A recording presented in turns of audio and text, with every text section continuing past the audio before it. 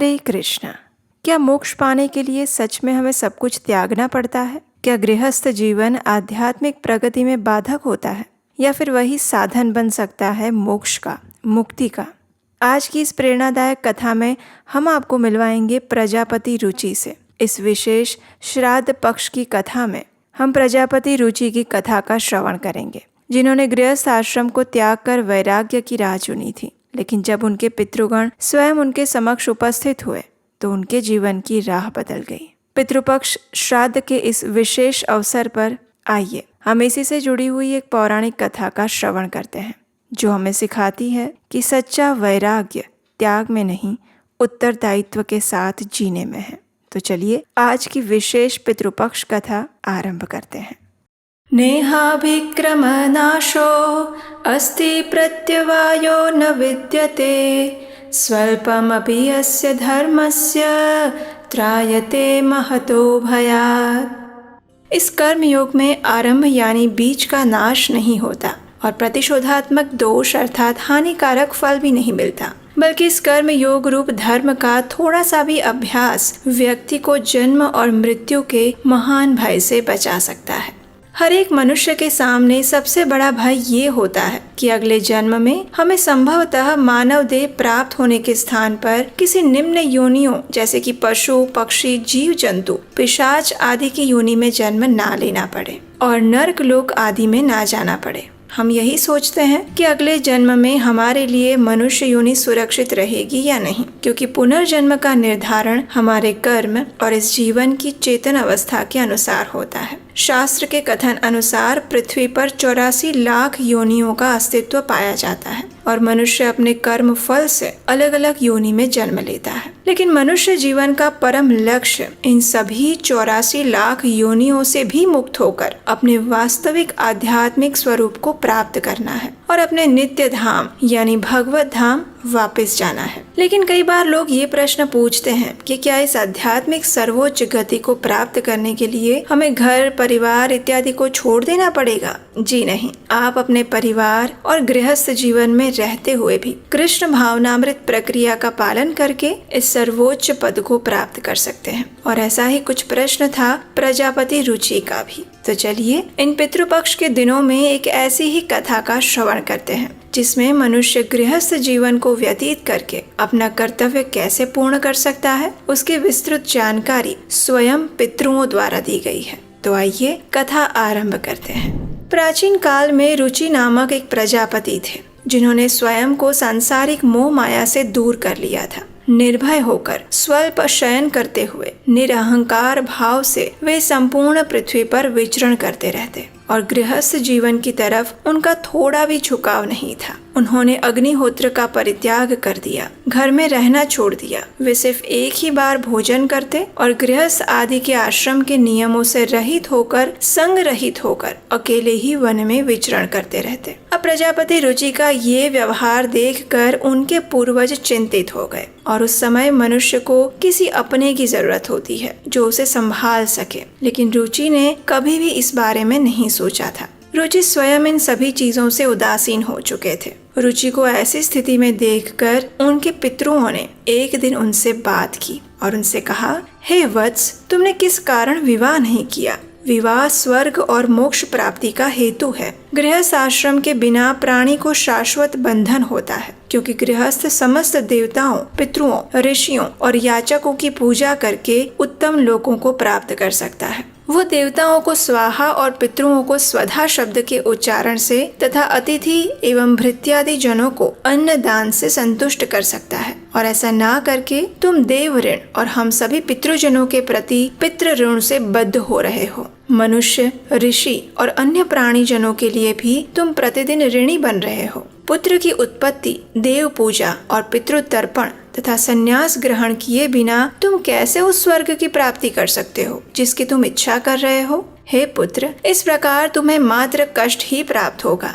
इससे तो मरने के बाद तुम्हें नर्क की प्राप्ति होगी और दूसरे जन्म में भी क्लेश होगा। ये सुनकर प्रजापति रुचि ने अपने पितृजनों से कहा, जीवन में परिग्रह अत्यंत दुख, भोग, पाप संग्रह एवं अंत काल में अधोगति प्रदान करने के लिए होता है। ऐसा विचार करके ही मैंने विवाह नहीं किया। क्षण मात्र विचार करने से ही अपने अंतःकरण में विद्यमान संशय दूर करने का उपाय किया जा सकता है। परिग्रह उस मुक्ति का कारण नहीं हो सकता। जो निष्पक्ष व्यक्ति प्रतिदिन विद्या के अच्छे ज्ञान की प्राप्ति के जल से अपनी आत्मा को शुद्ध करता है, मेरे लिए तो वही श्रेष्ठ है। विद्वानों ने अनेक कर्म रूपी लक्षणों का वर्णन किया है, अतः जितेंद्रिय पुरुषों को तत्वज्ञान रूपी जल से आत्मा को शुद्ध बनाना चाहिए, आत्मा का प्रक्षालन करना चाहिए।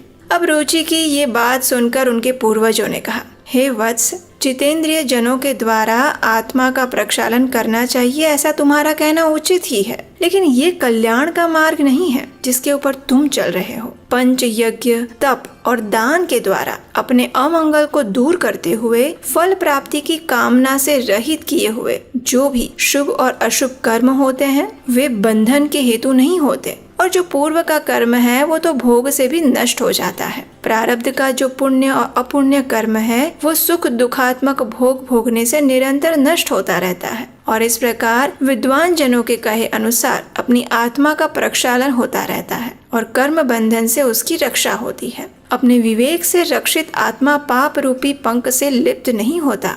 तब फिर से रुचि ने कहा, हे पितामह, वेद में कर्म मार्ग के प्रतिपादन के द्वारा अविद्या यानी माया की परिपुष्टि की गई है, इसलिए आप सभी कैसे मुझे उसी मार्ग में चलने के लिए प्रवृत्त कर रहे हैं? तो इसका उत्तर देते हुए पितृओं ने रुचि को कहा, कर्म के द्वारा जो कुछ किया जाता है वो सब अविद्या है। ऐसा जो तुम्हारा कहना है वो असत्य नहीं है, किंतु विद्या की सम्यक प्राप्ति में भी कर्म ही हेतु है। शास्त्र प्रतिपादित जो विहित कर्म है, सज्जन पुरुष उनका उल्लंघन नहीं करते हैं, उन्हें उसी से मोक्ष की प्राप्ति हो जाती है, और विहित कर्म का अनुष्ठान न करना ये अधोगति देने वाला है। इसलिए हे वत्स, मैं अपरिग्रह आदि के द्वारा आत्म प्रक्षालन कर रहा हूँ ऐसा तुम उचित मानते हो, लेकिन शास्त्र विहित कर्मों का अनुष्ठान न करने से जो भी पाप उत्पन्न होते हैं उनके द्वारा भी तुम स्वयं अपने आप को जला रहे हो। अविद्या भी विष के समान मनुष्यों का उपकार करने के लिए ही होती है। जिस प्रकार विष का यथोचित उपयोग करने से प्राणी का कल्याण भी हो सकता है,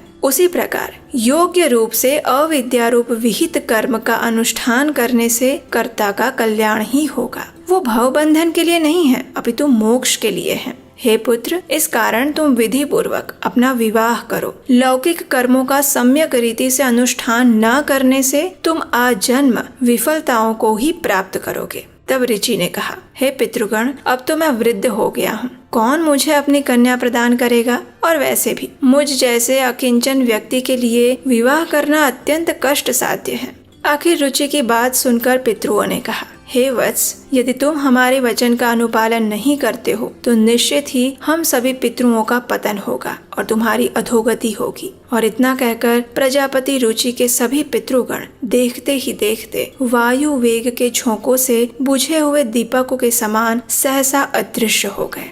और उसके बाद प्रजापति रुचि स्वयं चिंतित हो गए। उन्होंने विवाह करने का निर्णय किया और उसके लिए उन्होंने सृष्टि के रचयिता ब्रह्मा जी से सहायता मांगी। उन्होंने ब्रह्मा जी की घोर तपस्या की, लेकिन ब्रह्मा जी को प्रसन्न करने के बाद भी ब्रह्मा जी ने यही सुझाव दिया कि सबसे पहले तुम्हें अपने पितृओं को प्रसन्न करना चाहिए। और उसके बाद प्रजापति रुचि ने पितृओं की विशेष स्तुति की। और ये संपूर्ण कथा और स्तुति के विषय में एक अलग से वीडियो हम पहले ही बना चुके हैं, जो आप हमारे चैनल पर जाकर देख सकते हैं। प्रजापति रुचि द्वारा की गई ये पितृ स्तुति इस श्राद्ध पक्ष में प्रतिदिन सुननी चाहिए। जहाँ पर इसका श्रवण होता है उस स्थान पर पितृगण हमेशा संतुष्ट और प्रसन्न रहते हैं। और ये संपूर्ण स्तुति हमारे चैनल पर जाकर आप सुन सकते हैं, जो शायद ही आपको किसी और जगह पर मिलेगी। तो इस कथा से हम समझ सकते हैं कि व्यक्ति को अपना कर्म पूर्ण निष्ठा से करना चाहिए और इस संसार में रहते हुए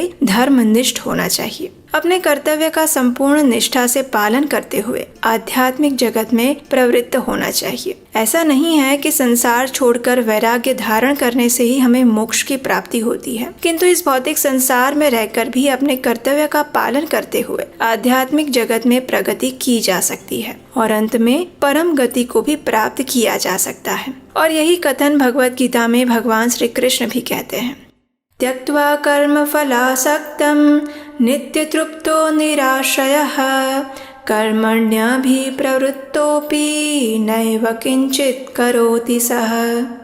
यानी अपने कर्मों के फलों की आसक्ति को त्याग कर ऐसे ज्ञानी जन सदा संतुष्ट रहते हैं और बाह्य आश्रयों पर निर्भर नहीं होते। कर्मों में संलग्न रहने पर भी वे वास्तव में कोई कर्म नहीं करते। तो इसलिए मनुष्य को इस भौतिक संसार में रहते हुए अपने कर्तव्य का पूर्ण निष्ठा से पालन करना चाहिए और अपने कुलोचित धर्म का पालन करने वाले ब्राह्मण, क्षत्रिय और वैश्यों को उचित है कि वो अपने अपने वर्ण के अनुसार वेदोक्त विधि से मंत्रोच्चारण पूर्वक श्राद्ध का भी अनुष्ठान करें, क्योंकि जब अनेक पुण्य कर्म से आत्मा मनुष्य का शरीर प्राप्त करती है तो उसका कर्तव्य बनता है कि वो अपने मातृ ऋण, पितृ ऋण, देव ऋण को चुका सके और उनके प्रति जो भी कर्तव्य है उन्हें पूर्ण कर सके। भगवत गीता में भगवान श्री कृष्ण ये भी कहते हैं कि जो लोग शास्त्रों के आदेशों को त्याग कर कामना के आवेग में जाकर कार्य करते हैं वे न तो सिद्धि प्राप्त कर पाते हैं, न सुख ही, न जीवन में परम लक्ष्य प्राप्त कर पाते हैं। वास्तव में शास्त्र जो है वो मनुष्य को आत्मज्ञान की ओर यात्रा करने के लिए दिए गए मार्गदर्शक मानचित्र हैं। वे हमें ज्ञान और समझ प्रदान करते हैं। वे हमें ये भी निर्देश देते हैं कि क्या करना है और क्या नहीं करना है। इसलिए हमें शास्त्रों और पुराणों में दिए गए निर्देशों का पालन करते हुए अपने कर्तव्य का पालन करना चाहिए और अपने कर्तव्य का पालन करते हुए भगवान श्री हरि की भक्ति करते हुए आध्यात्मिक जीवन में प्रगति करनी चाहिए। यही हमारा धर्म भी है। तो चलिए इस श्राद्ध पक्ष में हम भगवान श्री कृष्ण से यही प्रार्थना करते हैं कि वे हमारे पितरों को उनकी शुद्ध भक्ति और सेवा प्रदान करें। हरे कृष्ण।